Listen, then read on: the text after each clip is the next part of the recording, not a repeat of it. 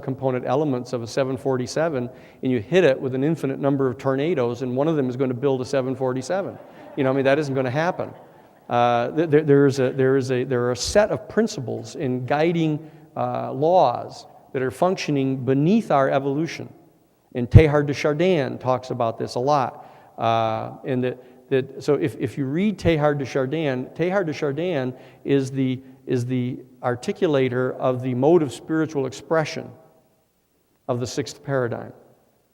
And people like Tiller are the physicist for the sixth paradigm. There's another fellow by the name of what's his name? Saul Paul Sirag. Yeah, there's another physicist who's working in these particular areas. But what I'm suggesting to you in the closing moments here is that there is a way in which you can get access to the kind of materials that will help you clarify a lot of inchoate ideas that you have at the present time, that you can feel it just beyond your reach, and that you can begin to look at some of these materials and begin to see, there's the full template of what the full worldview is going to look like, this new sixth paradigm, new paradigm worldview. And I happen to now be the president of the New Paradigm Institute, which is out in Santa Cruz, California, and it is a 501c3 progeny of the State of the World Forum of Gorbachev in the hearings that we held at the end of the Cold War, attempting to lift up this new worldview, to articulate this new worldview, and to understand that we have to lift up away from getting trapped in these conspiracy theories. Though conspiracies are real, the conspiracies tend to be a function of the second paradigm dialectical worldview. And one is attempting to say there's all these bad guys that are all part of one big, huge kind of amorphous mass, and they're in dialectical struggle with all of us good people. What I'm suggesting to you in closing is that is far too simplistic an analysis. And it's a function of a worldview that is extremely outdated. And so what I'm asking is that you look into this newer worldview, the sixth paradigm, new paradigm worldview of quantum physics, of holographic subsets of reality that we find ourselves in, and that through this pathway we reach out to the stars, through this pathway we reach out to our friends in the extraterrestrial civilization, and through this pathway we reach out to each other so that we can come to understand more thoroughly what the cosmology is of this worldview, what its theory of the evolution of human consciousness is, what its mode of spiritual expression is, and ultimately what its social form will be, so that we will know what the new world looks like while it's in the offing. And that way, we can all become co-conspirators in breathing together, to conspiratu, that we can all breathe together and breathe in sync with our sisters and brothers from the stars.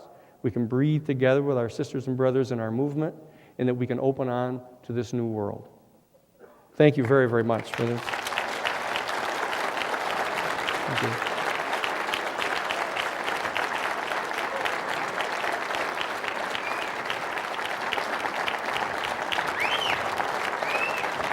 Thank you very much. Thank you. Okay, so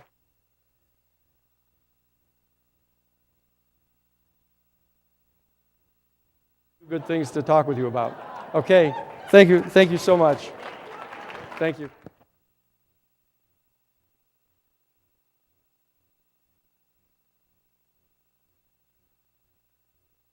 It's yes.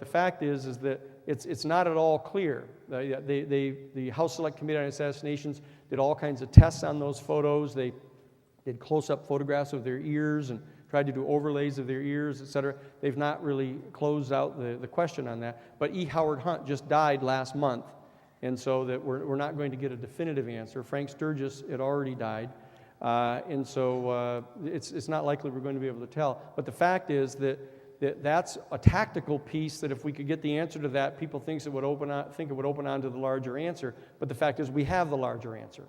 We know what the larger answer is, and we do know that Sturgis and Hunt were the liaisons to this team, and we know that the team did it.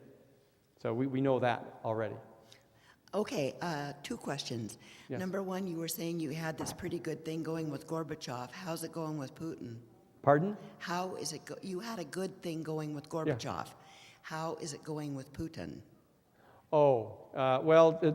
Gorbachev was sort of sui generis, that because of Raisa and his wife, and the fact that Gorbachev's mother was a daily communicant, actually, in the Orthodox Catholic Church, we had a greater access to him.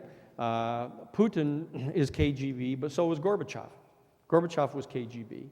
But there's no open dialogue. This process, because of the policies of W and the neocons and the others, they have insisted upon setting up a dialectical dynamic. What's happening is Putin is responding to it. Okay. And that's the real problem right now. So long as the present administration stays in power, or if in fact McCain were to get elected and continue this type of thing, we're only going to have worsening relations with the Soviet Union, and we'll have worsening relations with China, and of course we'll have worsening relations with the people in the Middle East. So we have to do our own homework here in the United States to overcome this and to get a new administration in that's open to this new worldview. Second question was that are all the leaders of all the countries in the world going under this same second paradigm? Yeah. Well, the function of the nation state itself, the nation state was established as a concept back in 1648 at the Treaty of Westphalia, where the major kings and royalty came together and agreed that they were going to have the nation state become the operative template for the mode of social organizing. And we're in the process of trying to transcend that right now. As you can see, with the European Union is trying to lift up and get out beyond this nation-state thing. The difficulty with it is that until such time as we get established a core set of individual human rights, like the Declaration of Human Rights of the United Nations, to protect ourselves against the potential incursions of a centralized major nation-state on the planet, people are understandably resisting this kind of tendency toward evolving one huge planetary nation-state. And my own personal opinion is that the sixth paradigm worldview, the new paradigm worldview we're talking about, actually identifies the bioregion on the planet as the generic template for organizing ourselves, so that you understand that there are some 523 different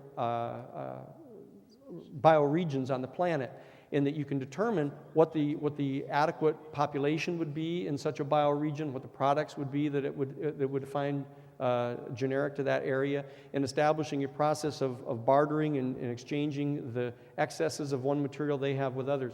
So what we're looking toward is away from this drift toward this nation, to move away from the nation state, which is rigidly attached to this second paradigm worldview, and that the people who are chosen to be the heads of